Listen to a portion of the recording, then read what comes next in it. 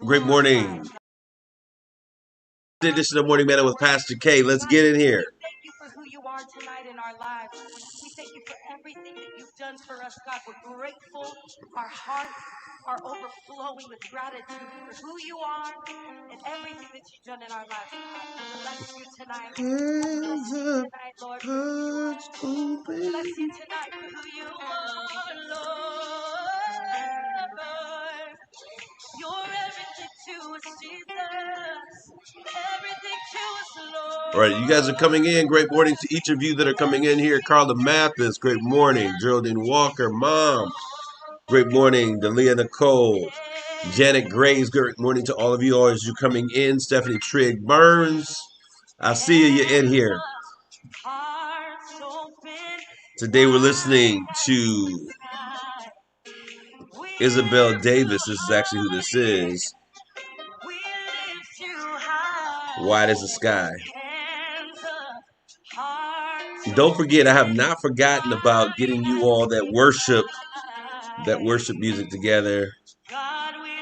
I see you, Mother Walker, Geraldine. Hey, what's up, Ophelia, Denise McFarland, Clyde, all the names up in there today. Great morning to you, Facebook user, Stephanie Triggs. All of you guys that are in here, I'm sorry I didn't give you DeCarla Mathis, Geraldine Bowen Walker, Dalia Nicole, Janet Gray. So great to have all of you guys here today. Like I said, Stephanie Triggs. If not, I said it again. How about that? Facebook user, see, if you don't click on StreamYard, the link, then I can't use your comment. But thank you for being with us on today. What's up, fam? Sarah Nickelberry. Once again, we're listening to Isabel Davis, Wide as the Sky. I love this song. Stacy Crosby, great morning to you as well. We're going to get in here and get started. We're at that 2-minute mark. Let's do this. And the rest of them will have to get in where they fit in. Look at this, busting through the clouds. Fantastic morning to you as well, Patricia Abilene Gaines. All right, so I need to make sure.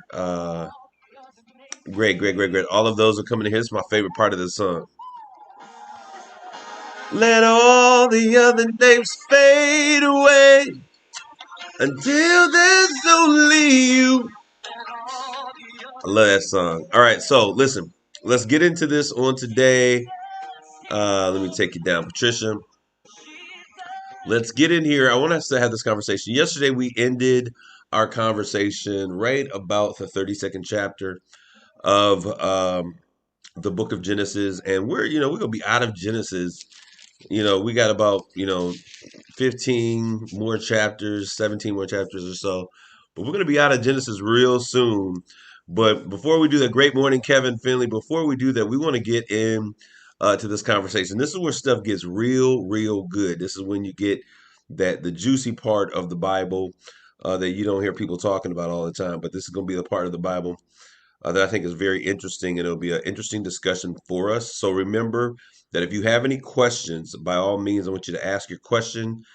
And some of you have been able to do that so that we can stay connected, and then we can also just kind of continue working together, and I can answer those questions. Jackie Loster Tyson, we are praying for you. It's good to see you in here today. That lets me know that you are still in the land of the living and doing well. So thank you for tuning in today with us on Morning Manna. Kevin Somali, great seeing you this morning as well, my brother. All right, so before we get started, I want to remind you guys on this coming Saturday, my beard is itching, I got to shave. This coming Saturday at 9 a.m., we're going to do a special great morning, whoever this is, man of God, whoever that is, God bless you. Clarence Abbey, God bless you, Clarence Abbey, Elaine Cook, AZ90 all week. We're going to kick her out of this group if she keeps coming here telling us about how warm it is in Arizona. But I want to give you guys a quick reminder. Linda Burke, great morning as well.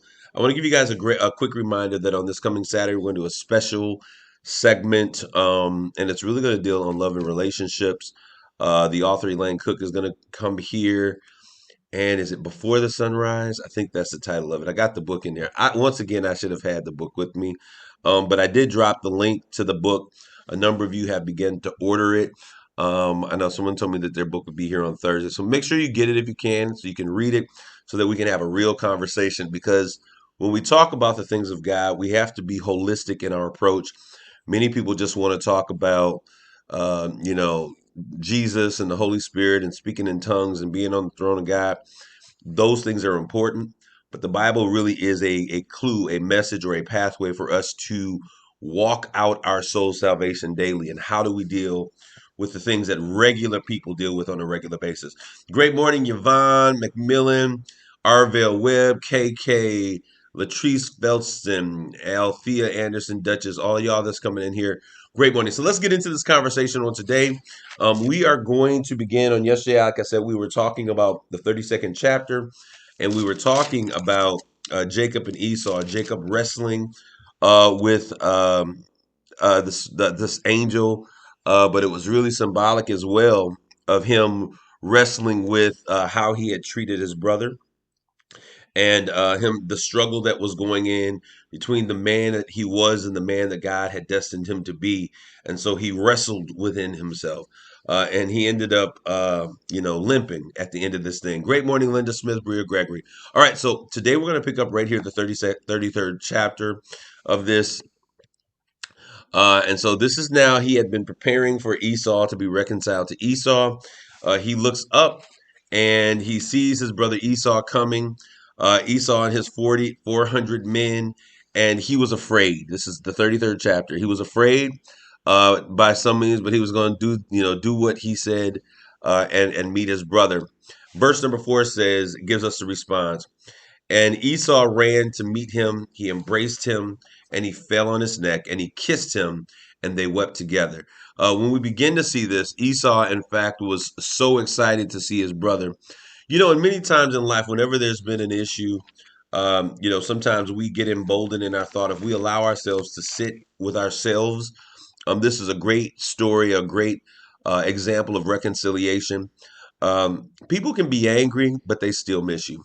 So that individual may not be bold enough to come to you, but if you're bold enough to reach out, this is a great example that you're missing one another. So they loved each other, they missed one another. He thought his brother was going to come in with a whole bunch of attitude, but the fact was that they cried in each other's arms, which is an amazing story. So, but the story, what was interesting was how he had them line up. Because if you go back and you read the story, ending at the 32nd chapter, it says that he had all of the concubines and the handmaid and their kids go first. Then after that, he had, all of his flock and his animals, then the concubines and their children. And then he had Leah and her children, and then him and Rachel was back in the cut. And so I thought this was so funny. Great morning, Sonia Mushat, because he was like, listen, I'm keeping those things and those individuals that I love closest to me. So if my brother come in and he start tripping, I can, bounce out of here with those individuals that I truly love. Now, you could imagine that for Leah, once again, and we have to, when we read the Bible, we can't just take these things for granted. Brother Terry, what's going on, my man, Brother Terry and Reva Jermaine?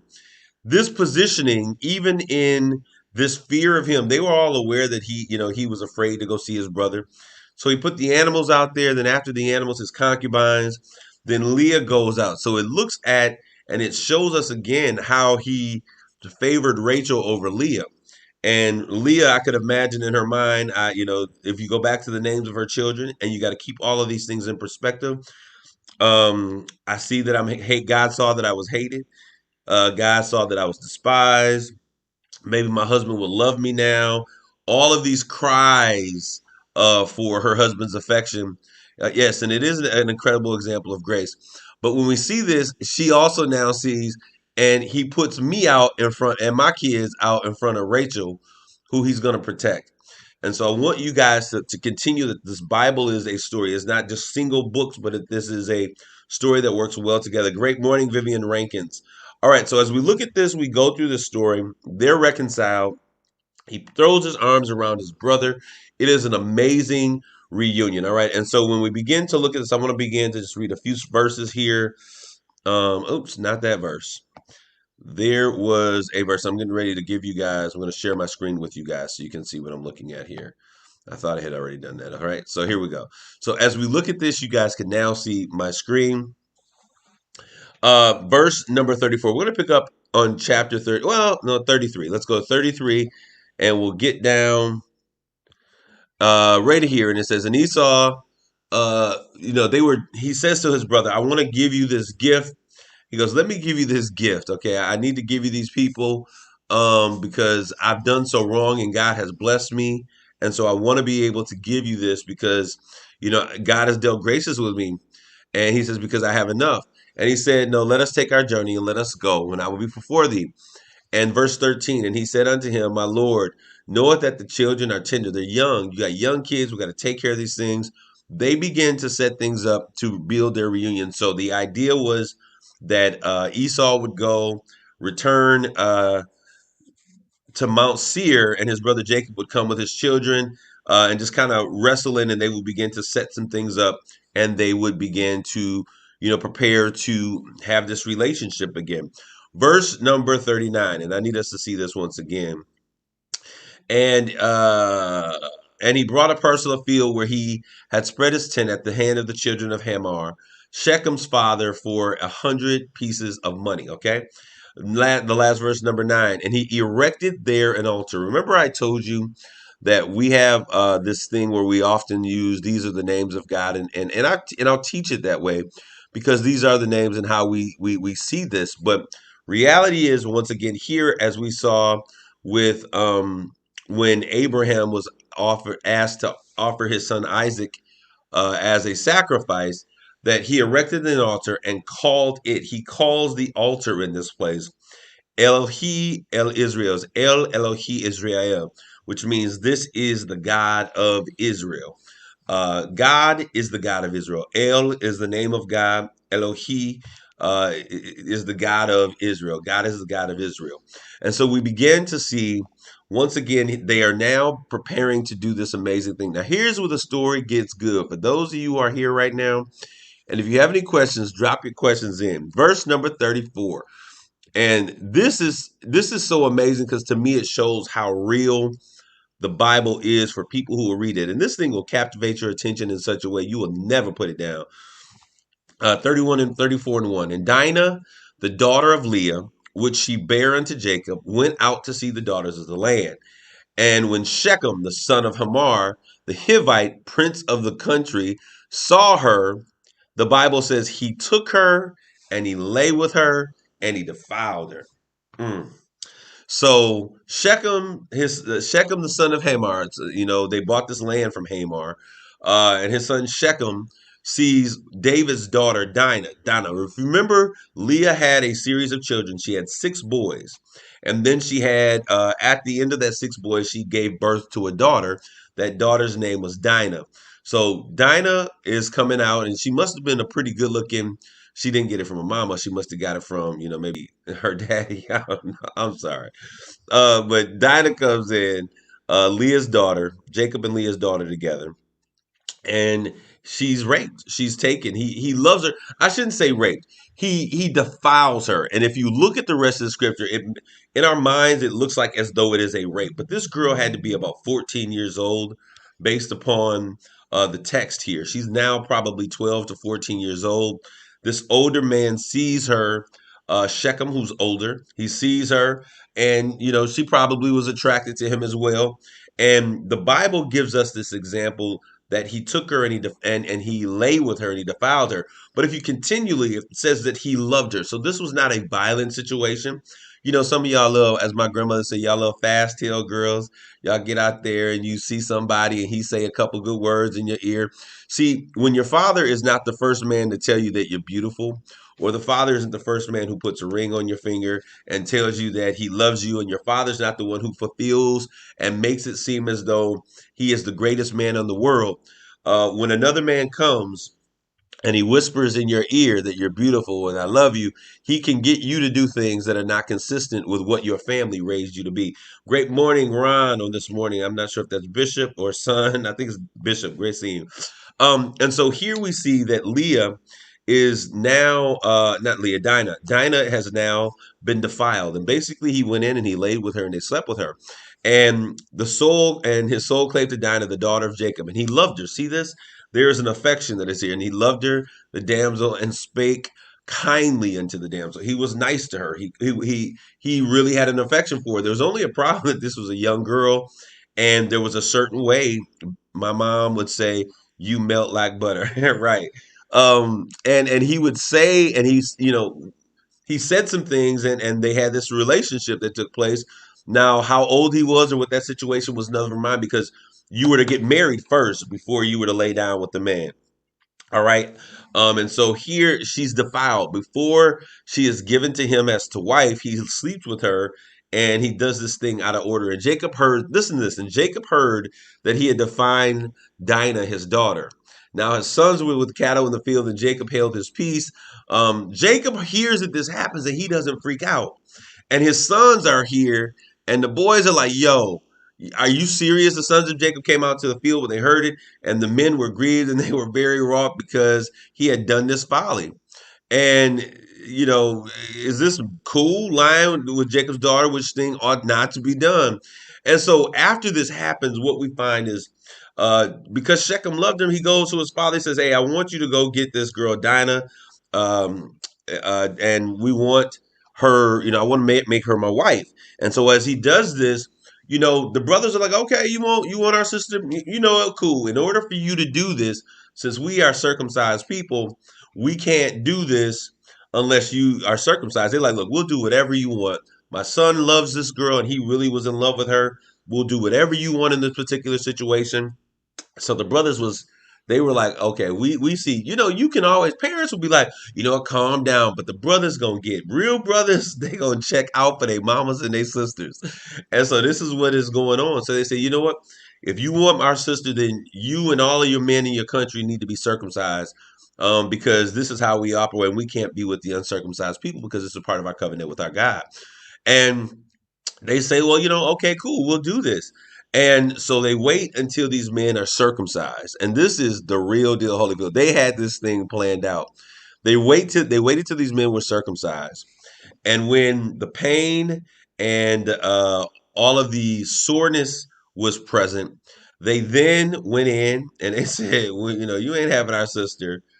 And they slew him. They said, either you circumcise, if you don't circumcise, we're going to get our women and girls, we're going to be gone. But otherwise, we'll sit here, we'll marry your daughters, you marry our daughters. They got circumcised. So once these men were circumcised, they were excited. But when they began to get sore and the pain set in, and they were dealing with the aftermath of the circumcision as grown men, they went in, and two of the brothers, and this is interesting, two of the brothers, Simeon and Levi. Now, remember I told you that it is important to realize that broken people break people, hurting people hurt people. And when you remember who Simeon and Levi were, they were sons. I'm the son that she said, I'm going to name him this because I'm hated. The other son was, I'm going to name him this because maybe now the man that didn't want me will come to me. I feel rejected, and maybe this will draw him to me. These two men who were born in pain.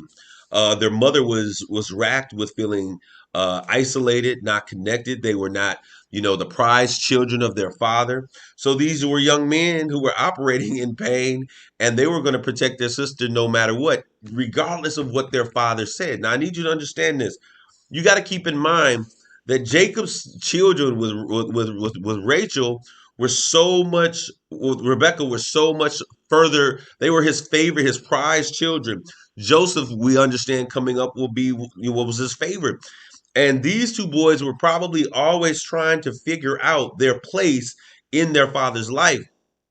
And when they're saying, it's your kids, your other kids with Rebecca, and we going to protect our sisters. Since you won't do it, Jacob, because you don't love my mama, we going to protect our sister ourselves. And they go out and they slew all of these men. So all the brothers get together. But Levi and Simeon wasn't having it. They killed all of these men. They slew them. They took all of their possessions, everything that was in their house, in their field. They took their wives, their children, and David was like so upset. David was angry, but what David needed to realize is that as the father, when you don't speak up, you allow, and this is for anybody, as the head, as the father, anyone who's in leadership, when you don't speak up against negative behavior, you authorize craziness to abound in a particular situation. And so they refused. He didn't say anything. He was just going to try to make it okay. And sometimes you have to be bold enough as a parent, as a father, as a leader, to stand up against what is wrong. All right. And in this particular situation, Jacob did not do so. And so his sons were left to create their own form of justice. Now, I want us to look at this because they asked the question, should we have allowed this man to do this to our sister? And this is beginning to get to the end of the 34th chapter. And in verse 35, and we'll get to chapter 35 next. In chapter 35, we then see this. And I think that this is so powerful because what happens is that God answers that question. Is it okay for this man to do this to our sister? God then gives them a response to the question that they're answering. And he does this in chapter 35. Excuse me, I was trying not to hiccup. All right. And God said unto Jacob, this is 35:1, arise, go unto Bethel.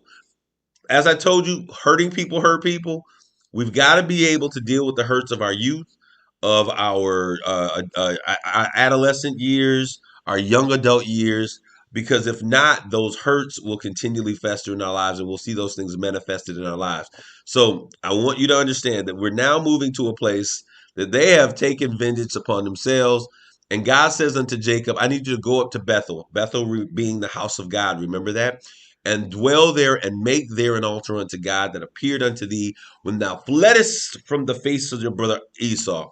All right, so now we see that God has intervened. They asked the question, is it okay for this dude to do our sister this way? Is this what you would have had us do, Jacob? Just do nothing? God begins to respond. Then Jacob says unto his household and all that were with him, he put away, listen to this, put away strange gods that are among you and be clean and change your garments. See, they had made a covenant with God and God had put a promise, a blessing upon their life, but they had come down and they began to live and dwell among the people once he was reconciled with his brother of Hamor. And they didn't serve the same God that they were. Notice that they were not circumcised. They were not a part of this covenant relationship. But they dwelled, and as long as they dwelled among them, they began to take on the characteristics of those individuals. And this begins to show us when God tells us that we are set apart, it doesn't say that we have to go around and be like, I'm different than you, I'm better than you.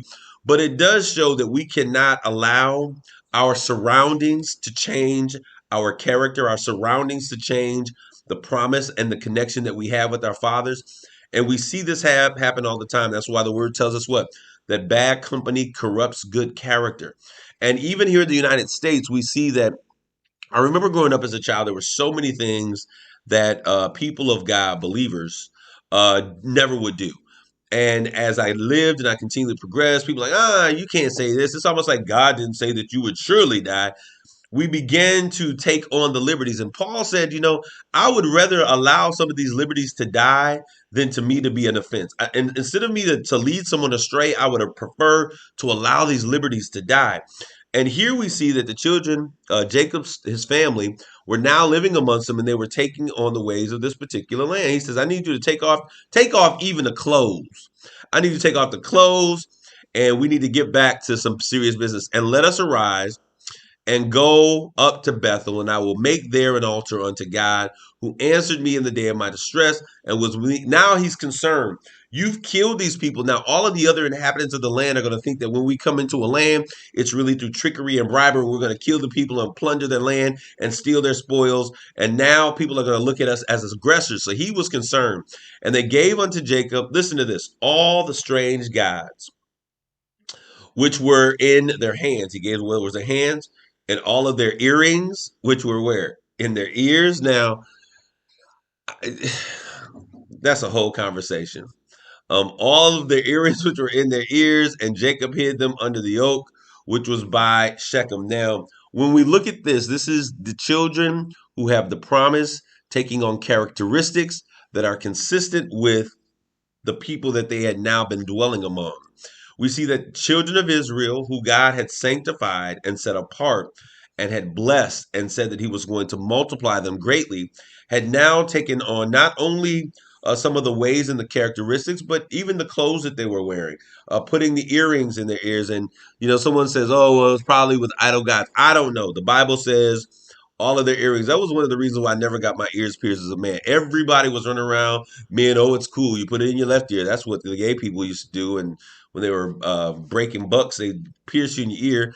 Then, oh, you got to put it in your right ear. And then you got to put both ears. Now they're wearing hoops and dangling earrings.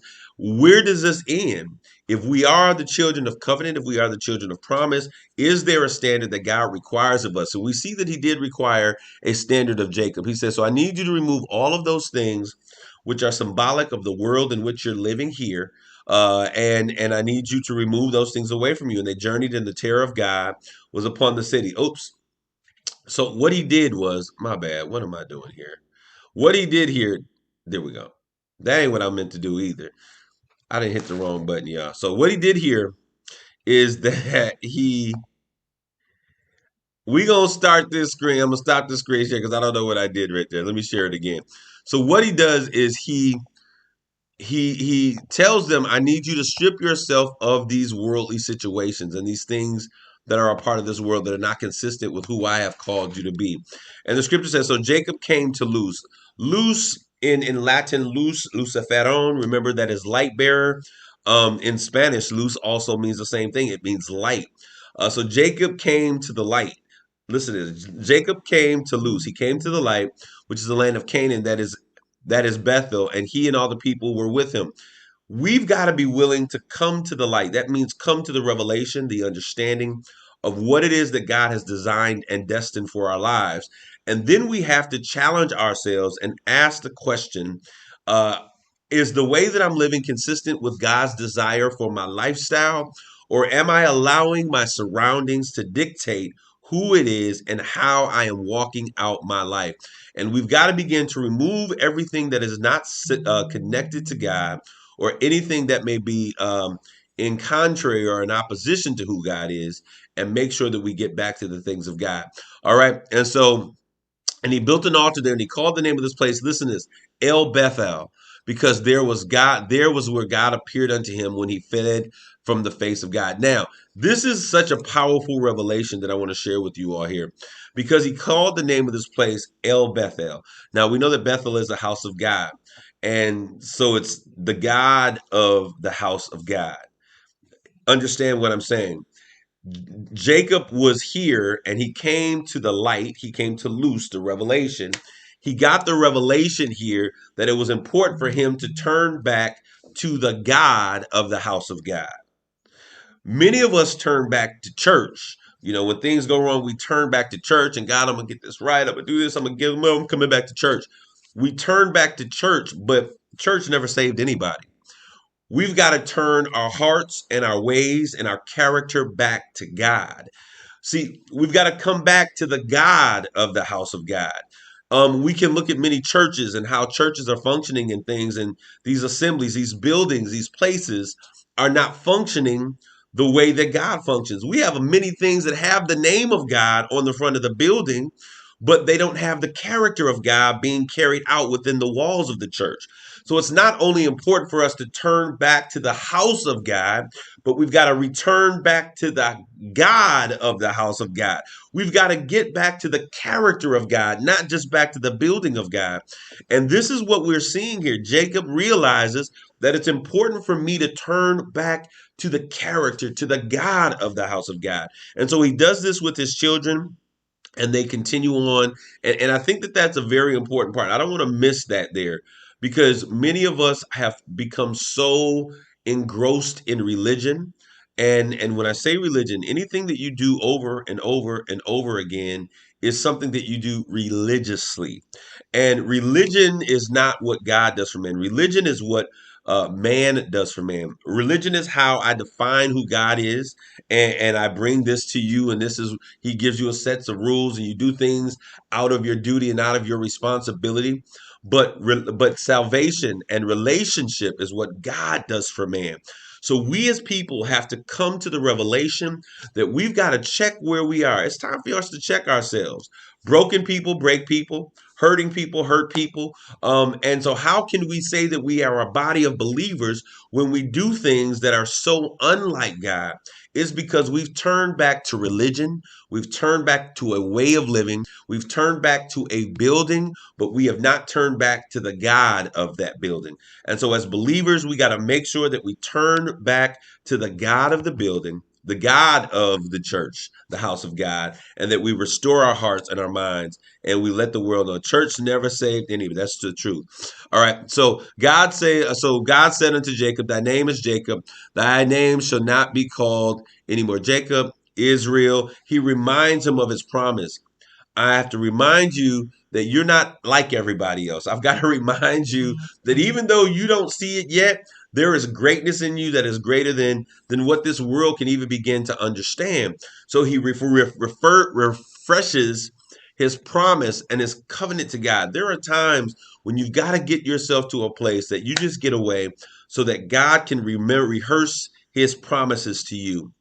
There's a time when you got to remember, because sometimes God promises you something, and when you don't see it manifest right away, you lose sight of the promise. And Jacob was losing sight of the fact that your name is no longer Jacob, you are now Israel. You can't act like a single man because now you're a nation.